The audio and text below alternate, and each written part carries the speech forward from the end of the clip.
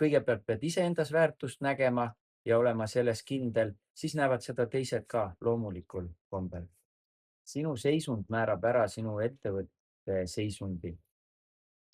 Ja sellest olen ma ka päris palju rääkinud ja ise seda jälginud. Ja kui sinul seisund on selline krampis ja pinges ja sa oled nagu, et mul on vaja teha, ma pean tegema, arva, kas see klientideni jõuab, mis jõuab klientideni, eks ju. Sa võid isegi olla hea spetsialist, aga kui sinus endas ei ole seda kandepinda, et sa oled rahulik, enesekindel, sa tead, mis su väärtus on, siis, siis nad ei näe seda.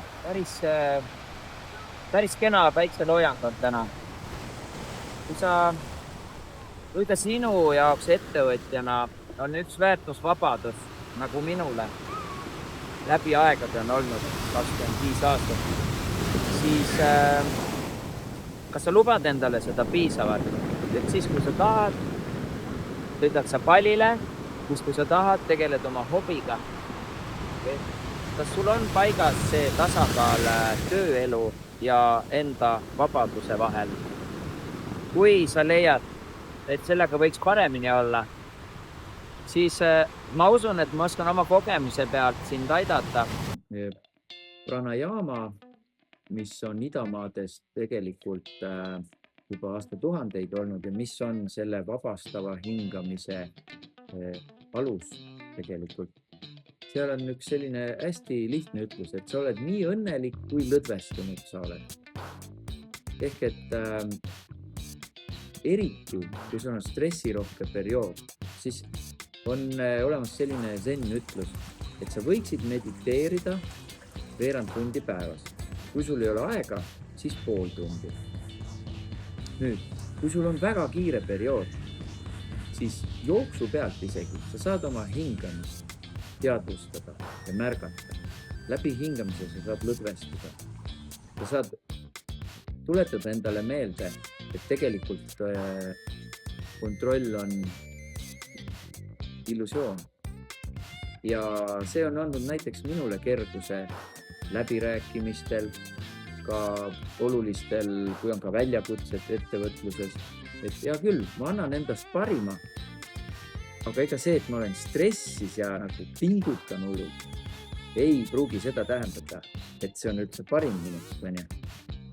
Ja lõpuks annan vabaks ka selle, et ma ei suuda kaugeltki kõike kontrollida.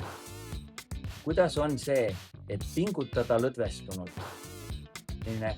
Läänelikule mõtlemisele tundub see vastuoluline, eks ju, oksümoron. Aga seda me õpime siin läbi hingamise, läbi teadliku hingamise, läbi jooga ja läbi selle elustiili ja ka läbi selle maausundi, mis neil on. See mõtlemine kandub edasi, eks ju. Mina ei teadnud täpselt, mida ma tulen otsima ja tulin proovima ja avastama seda, et kui palju lihtsam on tegelikult see on illusioon, et me midagi kontrollime. Tuleb inglise keeles Black Swan, must luik, selline sündmus, mida sa ei oska ette näha, kui sa oled kõik ette hooldanud, siis elu annab sulle sellise väikese toreda sündmus, millel on kohutavalt suur kaal, eks ju, mõju osas. Ja ainuke viis on tegelikult olla hetkes, aksepteerida seda, mis juhtub, panna taotlus üles, teha samme sinna, aga olla valmis selleks, et asjad ei lähe nii, nagu ma planeerin. Aga tead mis? Asjad võivad minna palju paremini. Kui ma kramplikult planeerin ja üritan saavutada midagi, siis ma võin hoopis mööda minna parematest asjadest, mille peale ma ei oska isegi tulla. Nii et see kontroll, sellest vabanemine, lahti laskmine on üks võti, et olla õnnelikum elus ja edukam äris. On teha ja saavutada ja tegeleda väljakutsetega, kui keskkond ja ümbrus toetavad sind, mitte ei tööta sulle vastu, eks ole. Ja see kehtib inimestega ka muidugi, et tuleb leida enda ümber õiged inimesed, toetavad inimesed, mitte need, kes sinust kahtlevad. miks siia tulla, neid põhjuseid on väga palju. Miks mitte põgeneda korraks, aga nagu filmisõna ütleb, mitte paaniliselt, vaid organiseeritud. Põgeneda halli argipäeva, tööstressi ja halbade uudiste eest ja teadlikult teha seda. Aga põhjuseid on ka muidugi sellised siis, et mida meie siin teeme nüüd selle teadlikkuse reisi puhul, et nii nagu tegelikult iga reisiga, kui sa võtad korra aja maha ja lähed teise keskkonda, siis sul hakkab tekkima teised seosed ja uued mõtted. Sa saad zoomida oma elu ja ka ettevõtluse osas nii-öelda suuremaks, vaadata suurt pilti ja mõelda ja tunnetada, et kas suund on õige või tuleb natukene kurssi korrigeerida. Tule pallile, kui sa tunned, et sul oleks abiks õppida veidi rohkem kergust, veidi rohkem vabadust oma tegudesse tuua, kuidas tegeleda, kuidas pingutada lõõgastunult ja kuidas leida see rõõm ka nendes tegevustes, mis tegelikult võib-olla ei ole kõige lahedamad tegevused igapäevaselt, sest meil kõigil on neid.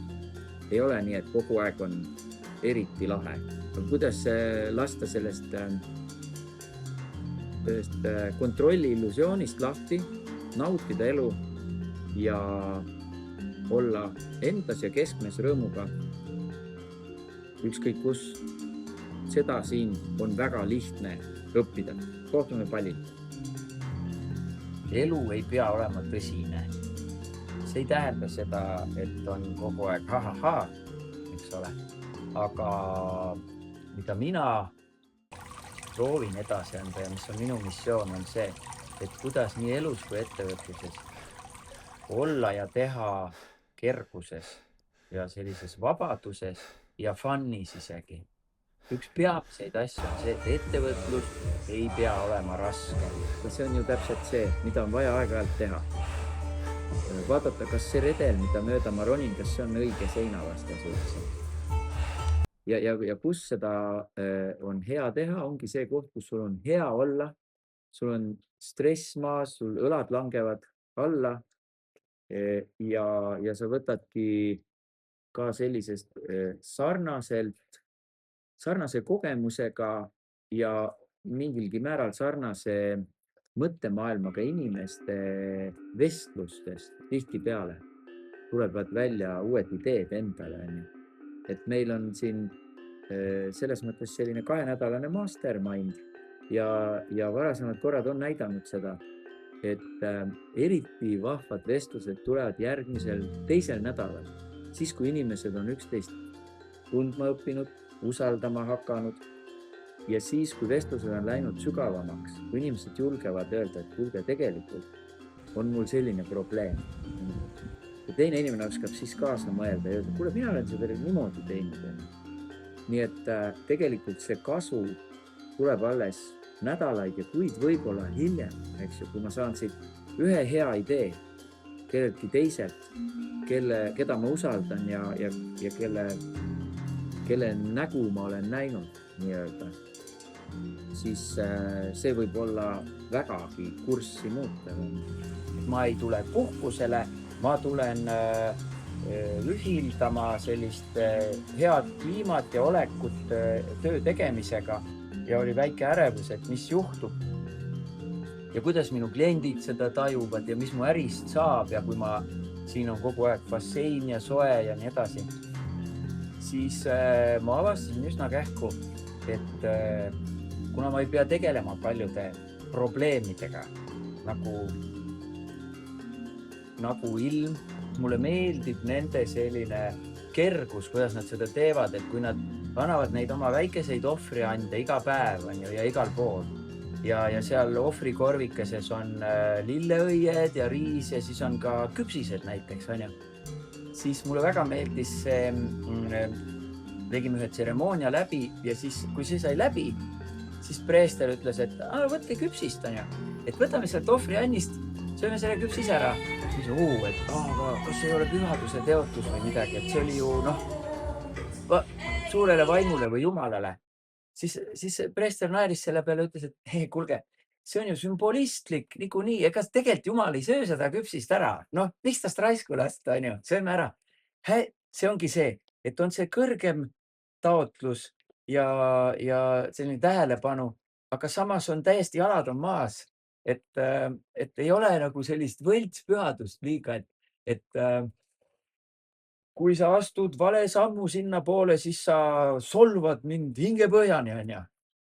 Et kõik on nagu sellistes mõnusates, noh, nagu kummist piirides ja eesmärk on see, nagu mulle ühes teises väga kõrvalises templis sain teada, et vaatasin väga lahe tempel, keerasin sisse, jalutasin ringi, tühi, ainult tuvid ja pühakujud ja kõkski tuleb ühe pühakuju tagant tuleb preester välja ja ütleb, et kas sa tahad, et ma räägin sulle meie usust? Ja ma ütlesin, et nojah, aga tead, et ära liiga pikalt räägi, et ma eri terminid ja asjad ja noh. Et ütles, ei, tegelikult see on väga lihtne, meie usk on väga lihtne, et oled hea oma naise vastu, oled hea Jumala vastu, oled sõbralik oma sõbraga, oled sõbralik Jumalaga ja naeratad, kes see naeratab, Jumal naeratab. Et kõigis on Jumal ja igal pool on Jumal ja et see oligi kõik. Ja ei olnudki ühtegi eriala terminit. Ja parim seletus minu arust. Kui me hakkame teadlikult hingama, siis tegelikult võib juhtuda imesid, võiks ka nii tavamõistes öelda, et kui sa hakkad märkama oma mitteteenivaid hingamismustreid, kui sa hakkad märkama, kuidas sa tegelikult oled psühholoogia terminis fight-flight mode'is ja see ei ole mõttetegevusele ja ka meie üldisele tervisele kuidagi kasulik, eks ole. Nii et vabastava hingamise sessioonid on need, kus täpselt seda sa teedki. Sa vabastad seda, mis on kuhjunud ja need kuhjad on sul jalus tegelikult edasi liikumiseks. Ja need on siis emotsioonid, nendest tulenevad ka mõttemustrid, mis ei pruugi meid sugugi teenida alati. Igaüks teab seda häält oma peas, mis võib nii mõnelgi korral hoopis kursid kõrvale viia ja olla tegelikult mitte üldse sõbralik enda suhtes. Noh, 2 nädalat on selline miinimumperiood, ma ütleks, et peale seda hakkad nautima. Aga sa saad selle koju kaasa võtta. Tohutu ressurss vabanes. Kui ma teatud probleemistikuga ei pea tegelema, minu seisund paranes iseenesest, see sama 24/7 keskkond, eks ju, tõstis. Ja mul äri hakkas veel paremini minema. Mul tuli häid mõtteid, mul ressursid olid vabanenud, on ju selleks. Ja klientidele meeldis minuga suhelda, sest et ma olin kogu aeg heas tujus, isegi see ajavahe ei sega, teinekord tuleb siin töötaja hilja õhtul, eks ole. Ma arvan, kõige parem tulemus on see, kui inimesed lähevad Eestisse tagasi ja naeratavad oma pereliikmetele ja kolleegidele ja iga päev sealt edasi. Et võtavad kaasa selle mitte ainult mälestused, vaid ka oskused. Et kui me teeme siin vabastava hingamise sessioone, meditatsioone, käime erinevates keha ja liikuvus, ma ei ütleks, et see on teraapia, aga ütleme siis töötuba, siis see on kõik see, mida saab igal pool praktiseerida.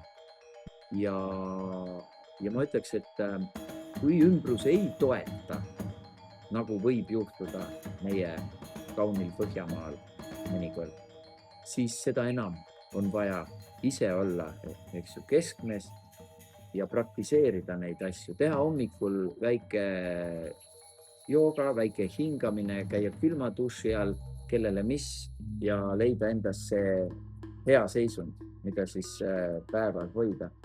Me teeme, kõik tegevused on disainitud niimoodi, et me seda siit saaks.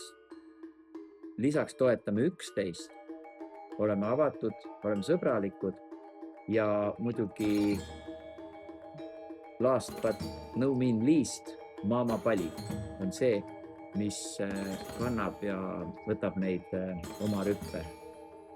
Inimesel on kahjuks see omadus, et kui tal on hästi palju teha, siis ta proovib veel rohkem teha, eks ju, ja siis avastab, et nagu ei saa otsa ikkagi, see tegemisi tuleb juurde, eks ju.